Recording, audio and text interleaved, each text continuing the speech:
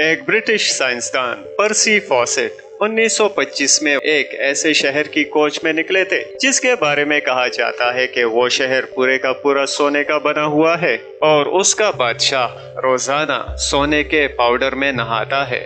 لیکن پرسی فاسٹ اس دن اپنے کیمپ سے تو نکلے مگر کبھی بھی دوبارہ نہ دیکھ۔ ایمیزون رین فارسٹ دنیا کا سب سے بڑا جنگل ہے جو کہ حیرت انگیز طور پر 8 ممالک ایک دوسرے کے ساتھ شیئر کرتے ہیں اور اس کا کل رقبہ 70 لاکھ مربع کلومیٹر ہے۔ انسان اپنی ترقی کی بہت زیادہ دھوم مچاتا ہے لیکن آج تک انسانوں نے سمندروں کو بھی ایکسپلور نہیں کیا۔ اسی طرح ایمیزون رین فارسٹ کا بہت ہی بڑا حصہ انسانوں کی پہنچ سے باہر ہے۔ یہاں کے پودوں، جانوروں اور حشرات الارض کا صرف ابھی تک 10% ہی انسانوں کو پتہ چل چکا ہے۔ ایمیزون کے رین فارسٹ میں تقریباً 400 ارب درخت موجود ہیں۔ اسی وجہ سے ان کو دنیا کے پھیپھڑے بھی کہا جاتا ہے۔ پوری دنیا کے آکسیجن کا 20% یہاں کے جنگلات سے حاصل ہوتا ہے۔ ایک اندازے کے مطابق ایمیزون کے جنگلات میں تقریباً 20 لاکھ لوگ آباد ہیں اور ان لوگوں کا باہر کی دنیا سے کوئی بھی رابطہ نہیں ہے۔ انہی عجوبوں کے بارے میں آج ہم جاننے کی کوشش کریں گے۔ ان میں سے بہت سے معموں کو تو حل کر لیا گیا ہے لیکن بہترین معمے ایسے ہیں جن پر انسان کی عقل اور سائنس کام کرنا چھوڑ دیتی ہے۔ چلیے سب سے پہلے بات کرتے ہیں سونے کے شہر کے بارے میں۔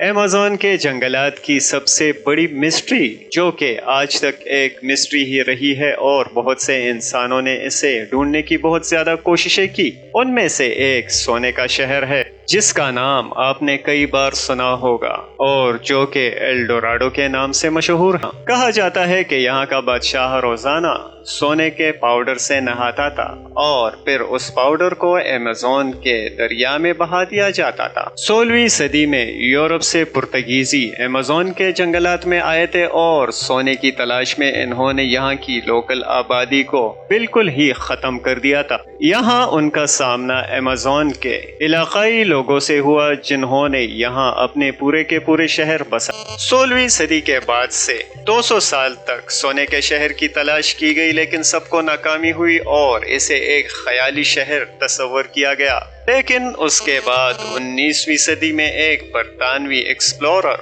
پرسی فاسٹ نے ایل ڈوراڈو کو ڈھونڈنے کی مہم شروع کر دی۔ انہوں نے ایمیزون کے جنگلات میں 8 مہمات کو سر کیا لیکن سونے کا شہر تو دور کی بات، انہیں سونا بھی نہ مل سکا۔ یہ 29 مئی 1925 کا ایک دن تھا اور جس جگہ سے وہ غائب ہوئے وہ برازیل کا اسٹیٹ ماٹو گراسو تھا۔ نہ ہی پرسی فاسٹ ملے اور نہ ہی ان کی لاش مل سکی۔ سائنسدانوں کا یہ ماننا ہے کہ یہ جگہ انسانوں کے رہنے کے قابل نہیں، اسی لیے یہاں پر کوئی شہر یا گاؤں بس نہیں سکتا۔ لیکن وقت اور ٹیکنالوجی کی ترقی کے بعد انسانوں کو یہ پتہ چلا کہ یہاں پر پورے کے پورے گاؤں کے گاؤں اور شہر کے شہر انسانوں نے بسا رکھے۔ پرسی فاسٹ جہاں پر تلاش کر رہے تھے وہ جگہ تو صحیح تھی لیکن ان کے ڈھونڈنے کا طریقہ صحیح نہیں تھا۔ یہاں کئی مقامات پر ماہرین آثار قدیمہ کو انسانی فضلہ زمین کے اندر دبا ہوا ملا ہے۔ سائنسدانوں اور ماہرین آثار قدیمہ نے برازیل جنگل میں کئی مقامات پر لائیڈار سکینر کا استعمال کیا اور ان کو وہاں پر بالکل ہی اہرام مصر کی طرح کے کافی زیادہ سٹرکچرز ملے۔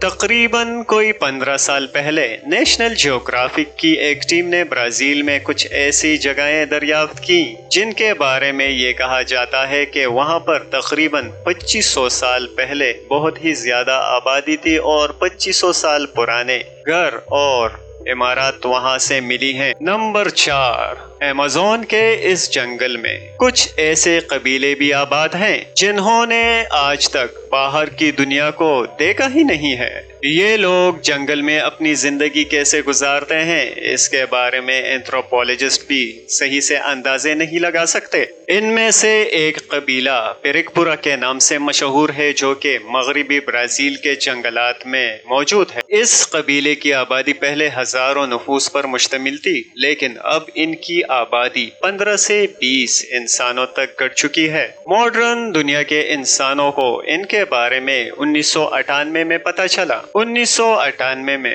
पहली बार इनका बाहर की दुनिया से राब्ता कायम हुआ था और उनकी बातों से ऐसा अंदाजा होता था कि शायद वो अपना दुख दर्द बयान करना चाहते हैं। एंथ्रोपोलॉजिस्ट ने जब उनकी जुबान को डिकोड किया तो उन्हें पता चला कि इनका कबीला पहले बहुत ही ज्यादा ताकतवर और बहुत ही बड़ी आबादी पर मुश्तमिल था, लेकिन फिर वहां एक कब्जा ग्रुप सोने के शहर की तलाश में आया और यहाँ की आबादी को बेदर्दी से कत्ल कर दिया।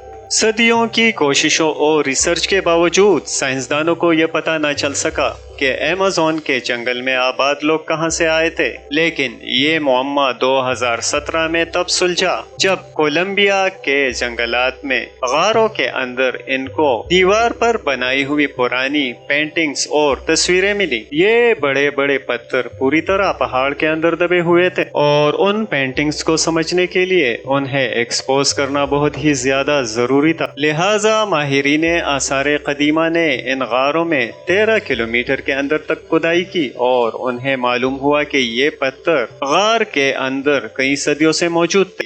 उन्होंने इस बात का अंदाजा इस चीज से लगाया कि इन गारों में जो तस्वीर बनी हुई हैं उन जानवरों का ताल्लुक सिर्फ और सिर्फ आइस एज से है, जैसे कि मैस्टोडॉन्स और जायंट स्लॉथ्स।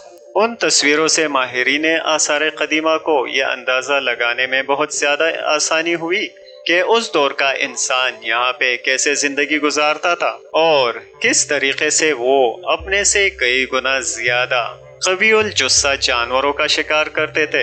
नंबर 2, 2019 में साइंसदानों को तब चौंकना पड़ा जब शुमाली ब्राजील के एक इलाके माराजो में साइंसदानों को जंगल के अंदर एक हम्पबैक व्हेल की लाश मिली और हैरानी की बात, व्हेल का जंगल के अंदर मरना नहीं था, बल्कि इसकी मौत कुदरत के उसूलों के खिलाफ थी, क्योंकि ये व्हेल अमेज़न रेन फॉरेस्ट के अंदर जमीन पर पाई गई थी जो कि दरिया से काफी दूर थी। ये एक 10 टन वजनी व्हेल का बच्चा था।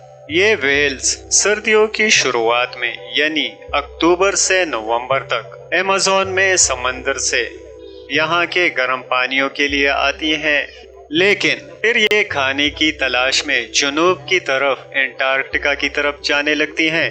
लेकिन ये व्हेल फरवरी के महीने में यहाँ मरी हुई मिली थी। तहकीकात के बाद पता चला कि ये व्हेल पाए जाने के तकरीबन 4 दिन पहले मरी थी। और एक दूसरी हैरानी की बात यह है कि न ही इस पर कोई शिकार के निशानात थे और न ही इसके जिस्म पर कोई चोट का निशान था।